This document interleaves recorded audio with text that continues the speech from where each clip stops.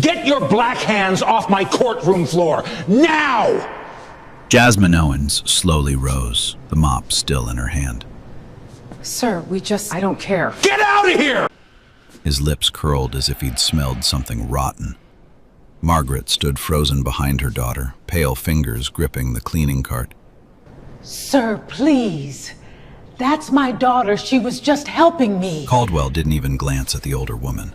His gaze stayed fixed on Jasmine, cold and disgusted. She looked straight back at him, unblinking, unbowing. That seemed to enrage him even more. He stepped forward, finger pointed at her face. Crawl back to that stinking pile of garbage you came from, or I'll drag you out of here! But come Monday morning, he would see Jasmine again. And that time, he would pay dearly for everything he'd done today. The morning had begun quietly, 500 miles away. Jasmine stood in her old federal chambers, taping the last box shut. 26 years of legal practice fit into 9 cardboard cubes stacked by the window. On her desk sat a photograph, edges worn soft from handling. A 7-year-old girl in pigtails holding the hand of a tired woman in a janitor's uniform, both squinting into the sun in front of a familiar limestone building. She slid the photo into her purse last. Outside, the autumn wind pulled at her coat. She drove the 400 miles east, listening to a cassette her mother had burned for her in 2002. Marvin Gaye, Aretha, a scratch of static between every other song. By 3 in the afternoon, the state Supreme Court building rose at the end of Madison Avenue like something carved out of the last century. Limestone columns, a vaulted rotunda, an iron flagstaff turning slowly in the breeze. Inside the portrait gallery, every previous Chief Justice watched from a gilded frame. 17 of them, all men, all white. She did not stop to look. She used the staff entrance on the south side, 2 boxes under her arm, ID clipped to her blazer. The desk officer barely glanced up as she swiped in. Friday afternoons in October were always slow. Most of the building had cleared out for the weekend. She found her mother in the side corridor near courtroom 3. Margaret Owens, 73 years old, was reaching up to dust the top of a framed Senate proclamation she had been dusting for 32 years. "Mama?"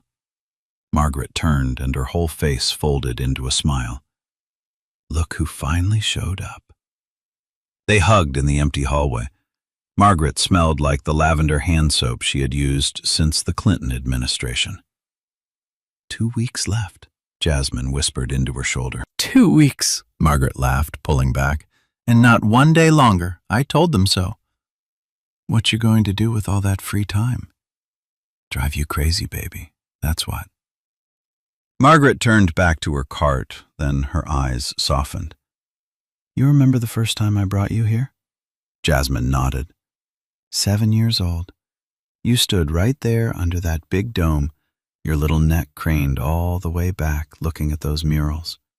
Margaret pointed with her duster. "And I told you." "One day, baby. One day. One day." They stood for a moment in the quiet. A breeze moved through the high windows. Somewhere down the marble, an elevator hummed. "I wouldn't be here without you, Mama." "Hush," Margaret said, but her eyes were wet. "You did the work. I just held the door." Calvin Daniels rounded the corner then, his security uniform freshly pressed, coffee in hand. "Margaret Owens, don't tell me you're still working. Don't tell me you're still drinking that cheap coffee." Calvin laughed. He glanced at Jasmine politely, the way a man glances at a stranger he assumes is a relative, and tipped his cap. "Ma'am." "Calvin, you remember my daughter?" He squinted. The recognition did not quite land. Jasmine had been a Yale freshman the last time he saw her in this building, 20 years thinner and 20 years younger. "Of course," he lied gently. "How you been?" "I am well, Officer Daniels, thank you." He nodded, stepped back, and continued down the hall whistling a Stevie Wonder song slightly out of key. Jasmine smiled. "He has no idea." "He'll figure it out Monday," Margaret said. They worked together for a few minutes. Jasmine carried boxes into the chambers down the hall. Margaret pushed her cart toward courtroom 3 to wipe it down for the week. The building was nearly empty now. 4:48 on a Friday in October. The kind of hour where marble floors echoed every footstep. That was when the cart caught on the doorframe. A bottle of industrial floor cleaner tipped from the top tray. The cap, loose, popped off entirely.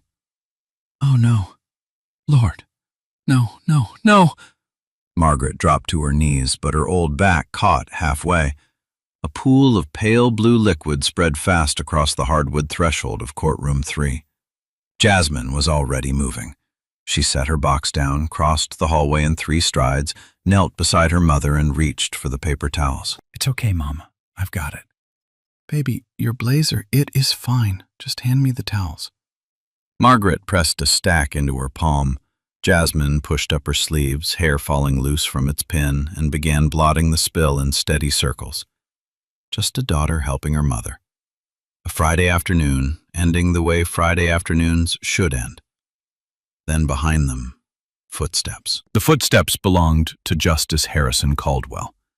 He returned from a 3-hour lunch with 2 associate justices, a long meal of bourbon, lamb chops, and bitter complaint. For 6 weeks he had stewed over the governor's decision. 6 weeks since the appointment to Chief Justice. His appointment, by every rule of seniority, had been handed to some unknown civil rights lawyer from out of state. He came back to the building only to grab a forgotten briefcase from the bench. He stopped at the open doorway of courtroom 3. His eyes swept the floor and locked. A black woman, kneeling, in his courtroom. He saw Margaret, too. He always saw Margaret. After 32 years, she had become invisible to him, part of the furniture of the building, no more notable than the brass railings or the radiator vents. His brain registered her and discarded her in the same beat. What it could not discard was the unfamiliar black woman with a mop and rolled-up sleeves on the floorboards in front of his bench. He stepped through the doorway. Margaret, what in God's name is this in my courtroom? Margaret's hand flew to her chest. Your Honor, that's my daughter Jasmine. She was only helping me. Caldwell did not look at Margaret. He raised one hand, palm out, like a man silencing a barking dog. I was asking about the thing on the floor, not you. Jasmine rose, slowly. She set the wet paper towels on the cart beside her mother. The mop she kept in her right hand.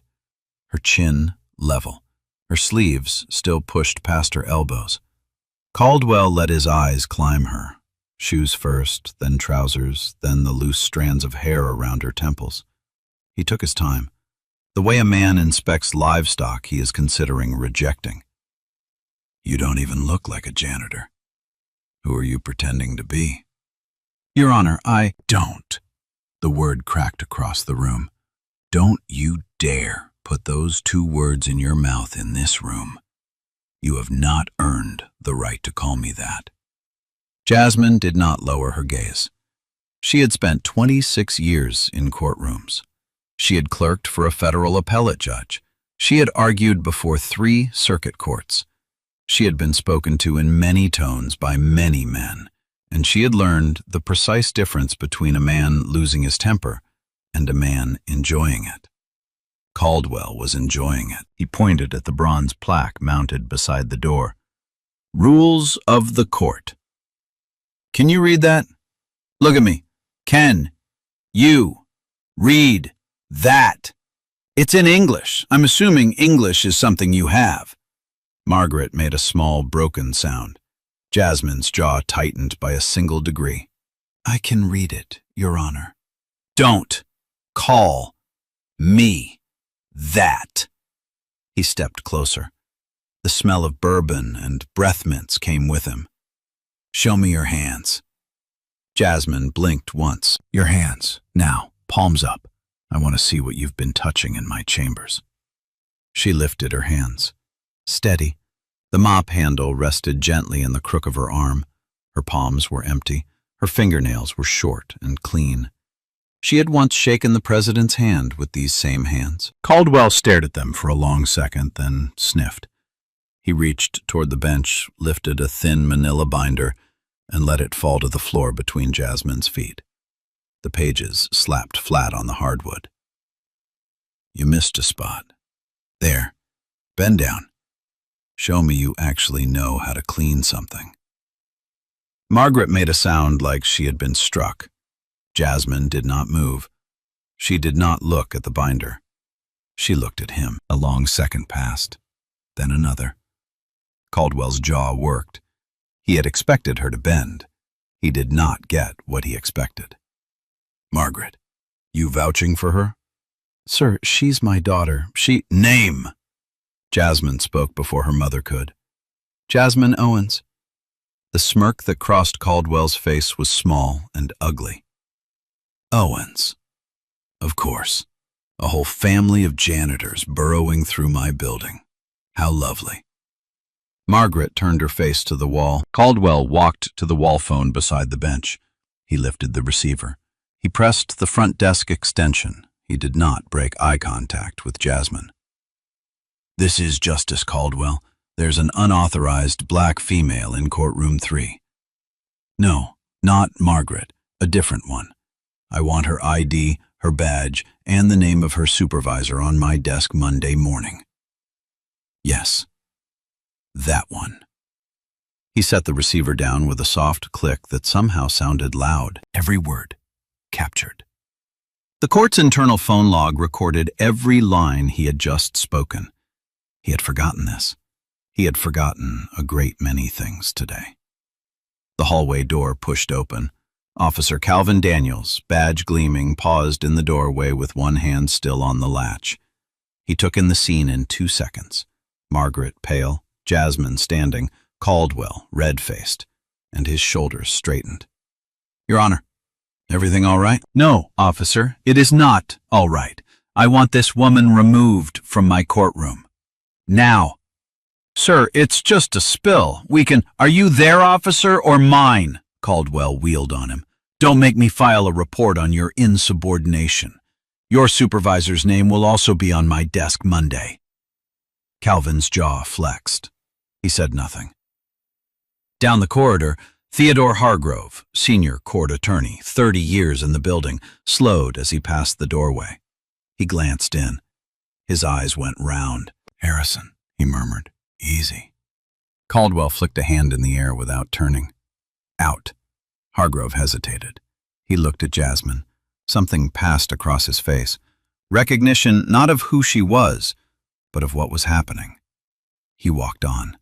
But that night, at home, he would not sleep.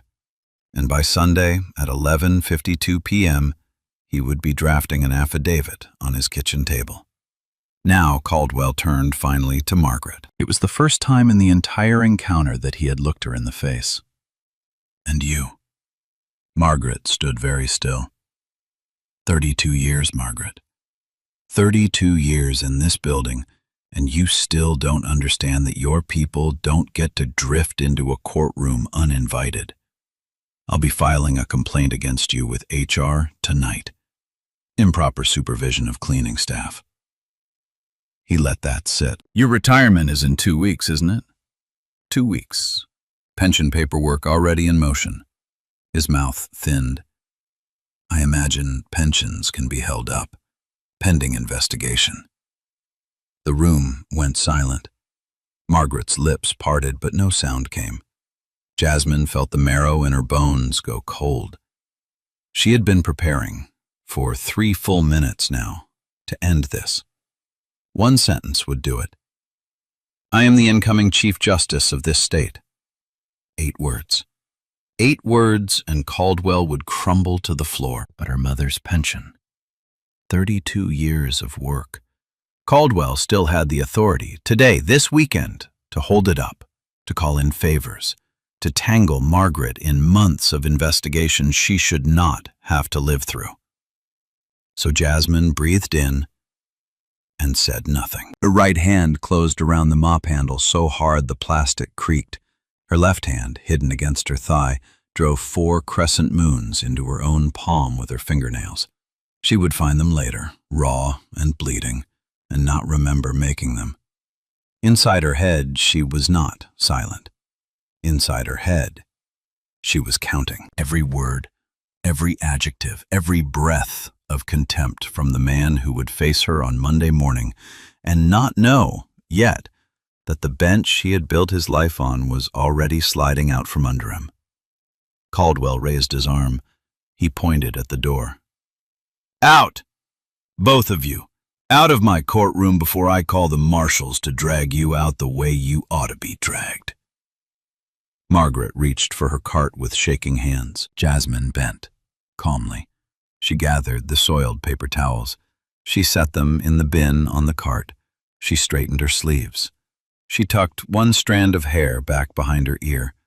Then she lifted her chin and walked past Justice Harrison Caldwell into the marble hallway, not looking back. Margaret followed, head down. Calvin stood by the door, not moving, his hand still on the latch. Theodore Hargrove was already gone. In the empty hallway, the elevator chimed. Jasmine reached over and pressed her mother's hand. Margaret was trembling so hard the cartwheels rattled against the marble. "Mama, look at me." Margaret looked up. "You didn't do anything wrong. Do you hear me? Baby, your job, Monday.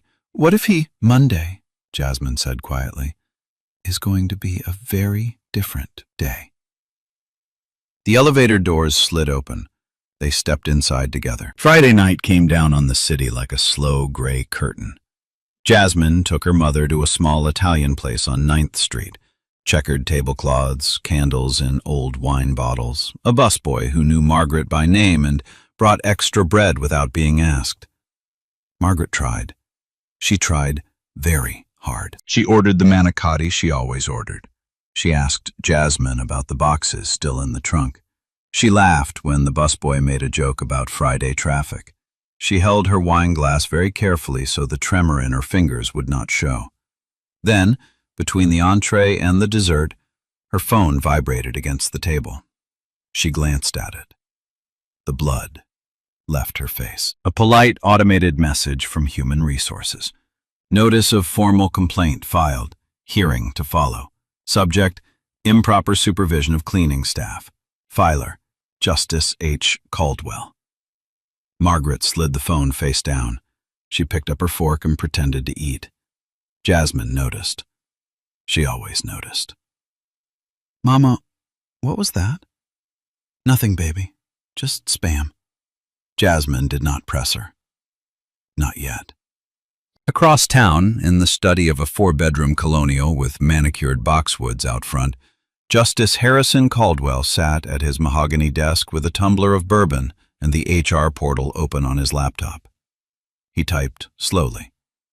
He chose his words. "During an unscheduled inspection of courtroom 3 on Friday afternoon, I discovered an unauthorized individual on the courtroom floor, ostensibly assisting Ms. Margaret Owens with a cleaning task. This individual was confrontational, refused to provide credentials, and demonstrated a pattern of insolent behavior consistent with broader concerns about supervisory standards in the cleaning crew." He paused, took a sip, smiled at his own phrasing. "In addition to my recommendation regarding the unauthorized individual, I formally request that Ms. Owens's supervisory practices be reviewed prior to the finalization of her retirement benefits.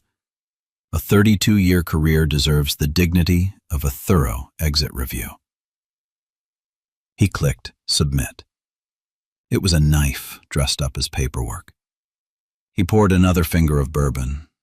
He had no idea he had just signed his own indictment. Saturday afternoon, the Riverside Club. Oak-paneled grill room, low chandelier, a Bordeaux from the cellar. Caldwell sat with 2 associate justices. The bourbon from Friday had become a second-day swagger. "Some woman," he was saying, leaning forward.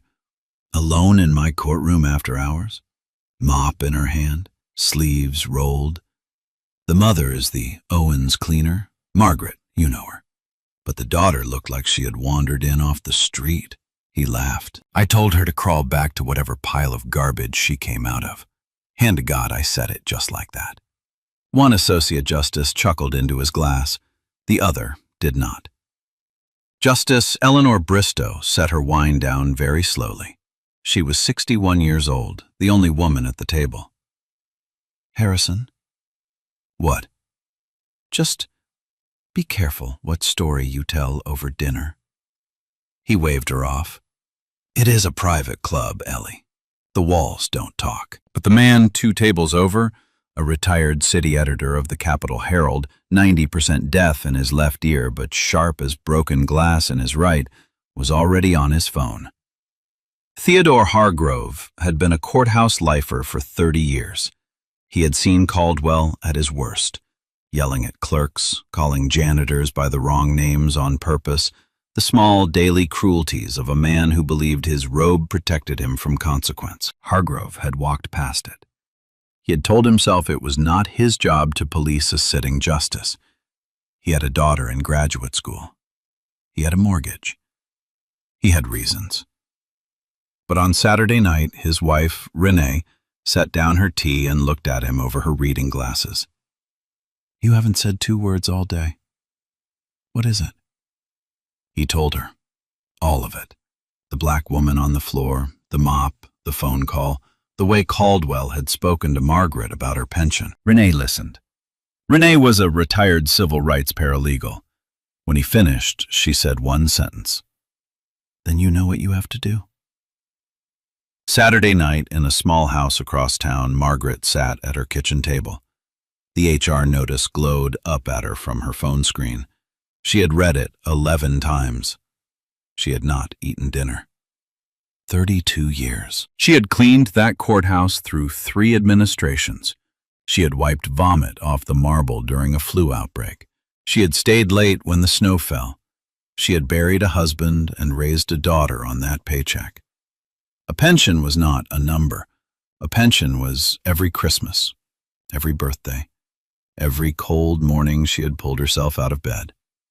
Now a man who had never said her name correctly was reaching for it. She did not call Jasmine. She did not want her daughter to know. On Sunday morning, in the rental apartment she had taken for the week, Jasmine sat on a small balcony with her coffee. A black robe hung in a garment bag on the back of the door. She watched the leaves shift in the wind. She did not know about the HR filing. She did not know about Hargrove's affidavit. She did not know about the texts piling on Charles Whitfield's phone. She only knew that her mother had gone quiet Friday night, and stayed quiet ever since. She let her mother have her quiet. Some hurts asked to be carried alone, even by people we love. But on Monday morning, Jasmine had decided she would say a few words from the bench that she had not planned to say. A few quiet words about who held this courthouse up, and who got to walk into a room without being asked to prove they belonged in it. Sunday morning, the courthouse stayed dark. Its people did not. Calvin Daniels called his old partner from the security overnight shift. He did not say much. He said enough. Something happened Friday, with Margaret, with her daughter. Caldwell went off. By 11, 2 senior clerks were on the phone. By 1, a deputy court reporter had heard the story from a 3rd source. By 3, Charles Whitfield, chief court administrator, 28 years in the building, the man who actually kept the place running, had received 4 separate texts using the words Caldwell, incident, and staff. Whitfield did not call anyone back. He poured himself a cup of coffee. He walked into his home office, sat down, opened a yellow legal pad, and began listing names. He had handled 3 Caldwell incidents quietly over the years. Quietly. With paperwork buried, complaints redirected, junior clerks reassigned. He did not yet know about the camera in courtroom 3. He did not yet know that the daughter on the floor was the woman taking the oath on Monday morning. He simply knew that something, this time, was going to be different. Sunday night, 11:52 p.m. Theodore Hargrove sat at his kitchen table with his laptop, a cup of tea gone cold beside him, and his wife asleep down the hall. He had been writing for 2 hours. He had erased and rewritten the opening paragraph 6 times. Lawyers, when they finally tell the truth, tend to over-edit it. Affidavit of Theodore J. Hargrove. I, Theodore J. Hargrove, having served as senior court attorney in this building for 30 years, do hereby attest to the following events witnessed on Friday afternoon in the doorway of courtroom 3 between Justice Harrison Caldwell, Mrs. Margaret Owens, and a younger black woman whose identity I did not know at the time. He kept writing. He named the binder dropped on the floor. He named the phone call. He named the words that won and thing on the floor. He named the pension threat. He saved the file. He printed it. He signed it in blue ink. In the morning, he would walk it personally into the office of Charles Whitfield. He understood perfectly that he might be ending his career. He went to bed at 3. Sunday night at home, Caldwell watched the late news with bourbon number 4. Nothing about Friday. Nothing on the local station, nothing in the alerts on his phone. He swirled the ice in his glass and decided he had been right. The walls did not talk. The story would die where it always died. In the staff lounge, in the laundry room, in the muttering of people who did not matter. He had a director's breakfast Monday at 7, a swearing-in ceremony at 10. He would shake the new Chief Justice's hand, smile for one photograph, and then continue running this court the way he had always run it. He turned off the television. He went to bed. He had no idea that across town a 30-year court attorney was sliding an envelope into a manila folder. He had no idea that a chief court administrator was filling a yellow legal pad. He had no idea that the security camera in courtroom 3 had captured every word. He had no idea who Jasmine Owens was. By Monday, 8:55 a.m., he would. Monday morning, 10 o'clock. The vaulted chamber of the state Supreme Court was filled by 9:45. Press in the back rows, state legislators in the second balcony, family members of all 7 justices in the front guest section. The portraits of 17 prior Chief Justices watched from their gilded frames. Margaret Owens sat in the front row of the guest section. She had put on her best navy suit, the one she had worn to her daughter's law school graduation in 1999. She had washed her hands twice. She had told no one why she was there. Caldwell arrived at 5 minutes to 10 in his pressed robe. He took his seat in the front row of the justices' bench, second chair from the center. He nodded to 2 colleagues. He did not glance at the guest section. When he finally did glance, his eyes paused on Margaret. He registered her. He filed it away. Of course, the Owens woman. They always invited staff to ceremonies. Optics. He turned back to face the dais. He had no idea why she was sitting in the front row. At 10 o'clock exactly, Charles Whitfield stepped to the podium. He tapped the microphone once. The chamber went still. Please rise for the incoming Chief Justice of the Supreme Court of this state. The room rose. The side door to the right of the bench swung open. She walked in slowly. A full black robe pressed to a sharp seam down the front, hair pinned up, hands folded in front of her at the waist, heels making a quiet, even rhythm on the marble. It was the woman who, 2 days ago, had been kneeling with paper towels on the floor of courtroom 3. It was the woman Caldwell had called that thing. She crossed to the center of the dais. She did not look at the bench. She looked at her mother. Margaret's eyes were already wet.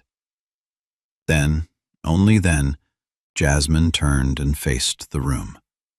Caldwell's hands gripped the rail of the justice's bench. His mouth opened. Nothing came out. His brain ran through a sequence of refusals in less than 2 seconds. Not possible. Coincidence. Same kind of face. Then his eyes found her shoes. Sensible, low-heeled, the same shoes. And his stomach lurched. The blood left his face in a clean, vertical drop. The associate justice beside him, who had laughed in the grill room on Saturday, slowly turned his head to look at him. Caldwell did not turn his head back. Governor Lawrence Hastings stepped forward to administer the oath. He held no Bible. He had been told in advance that the incoming Chief Justice would use one of her own. Margaret Owens stood up from the front row. She walked to the dais holding a small, worn family Bible. The cover was cracked. The pages were marked in 3 different colored ribbons. She held it out with both hands to her daughter. Jasmine placed her left palm on the Bible. She raised her right hand. Across the chamber, 3 press cameras shuddered at once. I, Jasmine Marie Owens, do solemnly swear. The photograph that would run on every front page in the country by sundown would not be of Jasmine in her robe. It would be of the 73-year-old woman in a Navy suit holding the Bible for her daughter, with 32 years of dignity in the lines of her face. When the oath was finished, Jasmine turned to the room. Thank you, Governor Hastings. Thank you to this court and to the people of this state who put their trust in me. Before I sit on this bench, I want to say one thing. The chamber was still. This courthouse is not built only by the people whose portraits hang in this hall. It is built by the clerks who stay late, by the officers who walk the corridors at night, by the women and men who push the carts that nobody notices. She paused. On Friday afternoon, in courtroom 3, I encountered a member of this court who refused to see me. Caldwell's grip on the rail tightened until his knuckles went white. He did not see me. He saw what he had decided I was. He saw a black woman with a mop, and he decided that was the whole of me. Her voice did not rise. It did not need to. Before he stands again under the robe of this court, I would like him to remember that he did not see me at all. Caldwell did not breathe. When she said courtroom 3, he remembered the security camera, the one mounted high in the corner above the bench, the one he had not thought about since the contractor installed it 11 years ago. Always on, always recording, audio and video. Every word he had said on Friday afternoon, the binder he had dropped, the phone call, the threat against Margaret's pension, all of it, captured.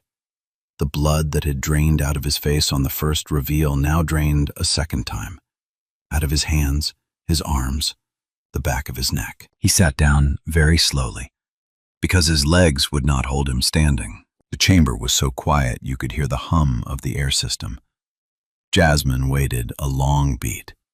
She let it land. She did not move. Then she walked calmly to the high center seat behind the bench, the seat reserved for the Chief Justice, and sat. Her hands rested on the bench. Her face was steady. Mr. Whitfield, please come forward. Charles Whitfield walked up the short aisle holding a thin manila folder against his chest. He laid it open before her. She did not need to read it. She knew what was inside. This court, Jasmine said, her voice carrying calmly through the chamber, has received an HR complaint filed Friday evening by Justice Harrison Caldwell against Mrs. Margaret Owens, alleging improper supervisory practice. That complaint is, by my order as Chief Justice, expunged from her record effective immediately. A small applause began in the guest section. Margaret pressed a tissue to her eyes. Further, this court has received this morning an affidavit from Senior Court Attorney Theodore Hargrove. We have also received internal phone log records of a call placed Friday afternoon from courtroom 3, and we will be reviewing the security camera footage from that same courtroom. She paused. Each of these items is referred as of this moment to the Judicial Conduct Commission of this state for formal proceedings against Justice Harrison Caldwell. The gasp from the press section was audible. Finally, by order of this court, I am opening a 20-year audit of every complaint filed by courthouse staff, clerks, officers, cleaners, court reporters, against any sitting justice. Every complaint that was buried, every complaint that was redirected, every complaint that quietly disappeared. She looked briefly at Whitfield. He did not flinch. He had been waiting for someone to ask for 28 years. "We are going to look at all of them." Caldwell rose on legs that did not quite obey him. "Chief Justice, Jasmine, I had no way of knowing." The word Jasmine on his tongue made the entire room flinch. He tried again. "It was a misunderstanding. The end of a long week. If I had known—" Jasmine's voice cut him cleanly. "That is precisely the point, Justice Caldwell. You should not need to know who someone is to treat them with respect." The silence after that sentence was the loudest sound in the chamber. Two court officers stepped quietly from the side wall. They did not touch him. They did not raise their voices. They simply stood, one on each side, and waited. Caldwell looked at them. He looked at the bench. He looked at the chamber, at the 17 portraits, at the press cameras, steady on it. He lowered his head and walked between the two officers through the side door he had used 1,000 times before. The same side door Jasmine had walked through 90 seconds earlier. He did not look at Margaret on the way out. A formal press release went out from the court's communications office at 11:17 a.m. Justice Harrison Caldwell was placed on administrative leave, effective immediately, pending Judicial Conduct Commission review. When the proceedings turned finally to the new business of the day, Jasmine called Margaret's name. "This is Margaret Owens. Would you please stand?" Margaret stood, hands clasped in front of her navy suit. "This court formally commends you, Mrs. Owens, for 32 years of service to this institution. You have walked these corridors longer than any justice currently seated on this bench. You have held this courthouse together with quiet dignity through 6 administrations. We thank you." The applause that followed was not polite. It was the kind that builds in waves from people who had been waiting their whole careers to clap for the right person. Outside the chamber in the marble corridor where the spill had been, a young clerk named Emily Brooks stood with her arms tight around her own waist. 6 months into her job, 26 years old, she had walked into Charles Whitfield's office at 7 that morning with her hands shaking. "Mr. Whitfield, I need to tell you something about Justice Caldwell, and I think you should pull the camera footage from courtroom 3 on Friday afternoon." She had used her real name. She had used her badge. She had not been sure until 30 seconds ago that she would still have a job by the end of the day. Now she stood in the corridor, exhaling for the first time since dawn. By Wednesday of the first week, the Judicial Conduct Commission of the state had formally opened proceedings against Harrison Caldwell. The commission's chairperson appointed an independent investigator, Diana Holloway, a former federal prosecutor with 21 years of public integrity experience and a reputation for not being intimidated by people in robes. Holloway's first call was to Charles Whitfield. Her second was to Theodore Hargrove. Her third was to the courthouse cleaning supervisor. She did not call Caldwell. Not yet. She would let the record build first. By the second week, the wall began to crack. Holloway interviewed 63 courthouse employees over 9 days: cleaners, officers, clerks, court reporters, 2 retired bailiffs, a receptionist who had not spoken to a judge in 19 years. 12 of them came forward with documented incidents. A cleaning crew supervisor named Yvonne Carter produced a folder she had kept in her glove compartment for 6 years. 6 neatly written incidents involving Caldwell and members of her staff.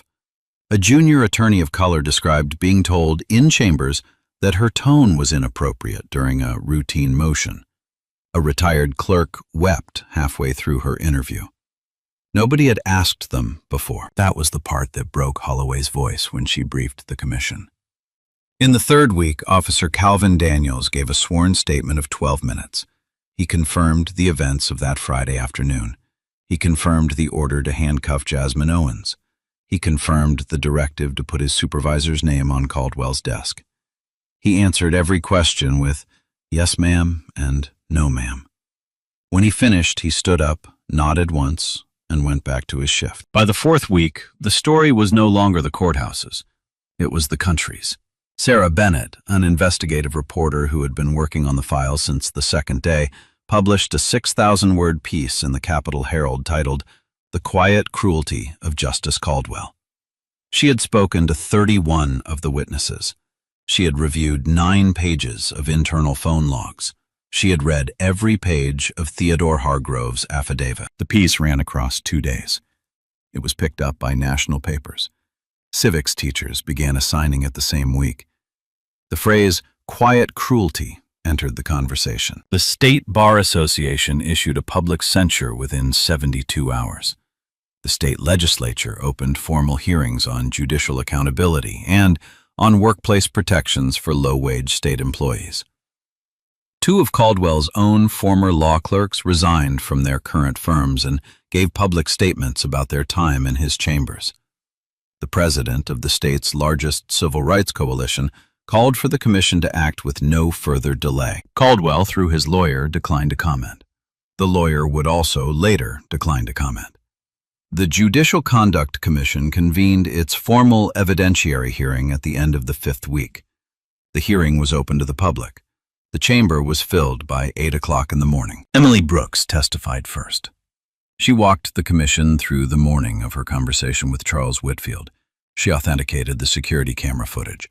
The footage played on a single large screen, 3 minutes and 40 seconds of Friday afternoon, audio and video, in front of the 7 commissioners and a packed gallery.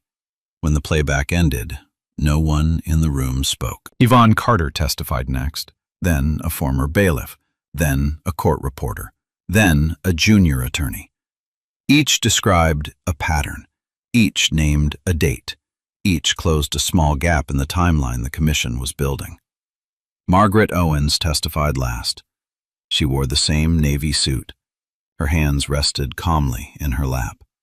She did not cry. She did not raise her voice.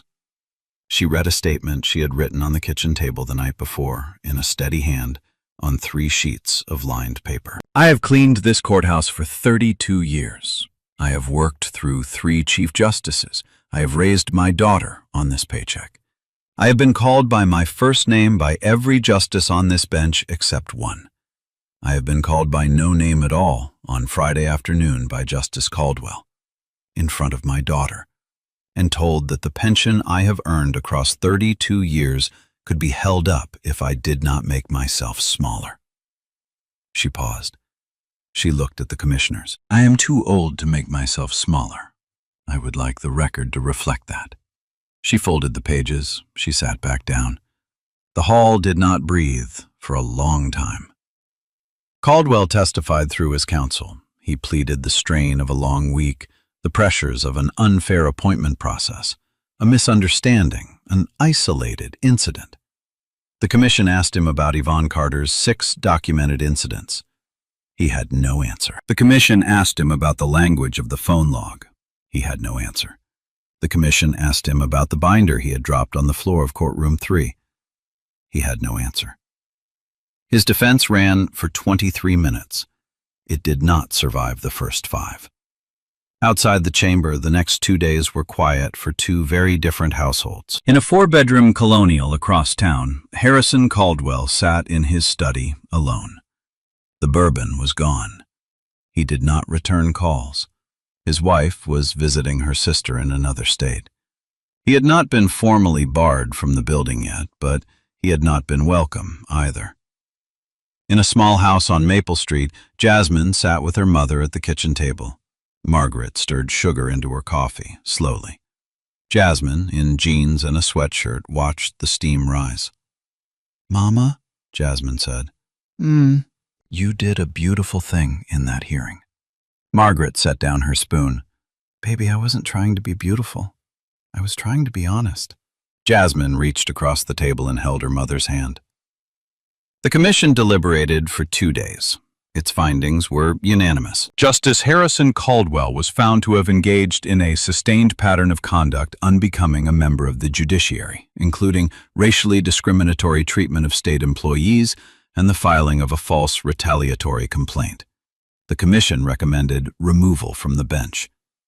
The state Supreme Court, with Chief Justice Owens recused, voted 6-0 to accept the recommendation. Caldwell was removed.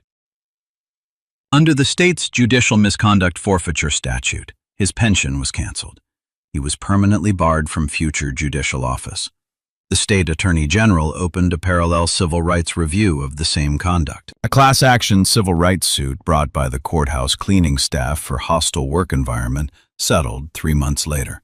The settlement included a substantial sum, mandatory anti-bias training across all state judicial branches, an anonymous reporting system, and the establishment of an independent ombudsperson's office. 6 months later, spring. In a small house on Maple Street, Margaret Owens worked her tomatoes in the morning sun. She wore an old straw hat. Her hands moved through the soil with the same careful patience she had once used to polish marble floors. The neighbor's cat sat on the fence, watching her with mild approval. She had retired on a Friday, 2 weeks after the swearing-in. She had cried once in the staff break room when 41 people stood up to applaud her. Then she had gone home, kicked off her work shoes for the last time, and slept 10 hours. She did not miss the courthouse. The courthouse missed her. The staff break room on the second floor had a new sign on the door in modest brass lettering: the Owens Room. No one had asked anyone's permission for the name.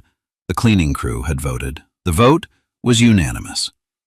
In the chambers of the Chief Justice, on the wall opposite the desk, a framed photograph hung where the traditional portrait of a predecessor would have been. The photograph was old, faded a little around the edges.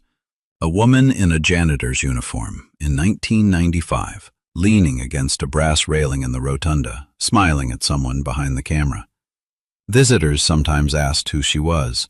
The Chief Justice always answered the same way: "That is the woman who taught me what a courthouse is for." Emily Brooks, now a full clerk to Chief Justice Owens, led a small group of incoming summer associates down the corridor on a Tuesday morning. She stopped them at the doorway of courtroom 3. She did not lower her voice. "Something happened here 6 months ago. I want to tell you about it. Not because of what happened, though that matters, because of what we did with it after." She told them the whole thing. Then she walked them on. Outside the offices of the Judicial Conduct Commission, beside the door, a small brass plaque had been installed 2 months earlier. 3 lines in plain capital letters: "All who serve are equal under these robes." People paused to read it. Some of them ran their fingers across the engraving. Then they walked on into the rest of their day. Across the city, in the same 4-bedroom colonial with the same boxwoods, Harrison Caldwell walked to his front porch every morning at 7 to fetch the newspaper. He read the paper at his kitchen table. He no longer subscribed to the legal periodicals. His phone rang less. The world had moved on from him. He had not moved on from himself. That same month, Chief Justice Jasmine Owens authored her first major opinion. It was unanimous. It expanded workplace protections for low-wage state employees against retaliation by supervisors. It established a new, clear legal standard for what counted as a retaliatory pattern. The opinion ran 92 pages. Lawyers across the country would teach it for decades. But the line that traveled, the line that appeared on protest signs, in graduation speeches, in op-eds, was the last sentence of the conclusion, attributed only to an unnamed courthouse janitor. You don't need to know who someone is to treat them with respect. The first photograph in the new gallery of the state Supreme Court was a small one, 6 inches by 8, black frame. It showed a daughter and a mother, side by side, on the limestone steps of a building that belonged, finally, to both of them. The morning sun caught the lines in their faces. Both of them were smiling. What you have just heard is a story. The names are fiction. The hallway is real. A version of it plays out every day. A woman with a mop assumed to be only what she is holding. A clerk dismissed mid-sentence. A name not learned because no one thought it was worth learning. The question worth carrying away is not whether this happens. The question is what each of us does when we are the ones standing close enough to see it. If this story moved you, leave your honest answer in the comments below. Hit the like button if you want more stories like this one. Share it with someone who needs to hear it. Subscribe so the next one finds you. Dignity is not granted by titles. It is owed to every person who walks into a room. Stay loud. Stay kind. See you in the next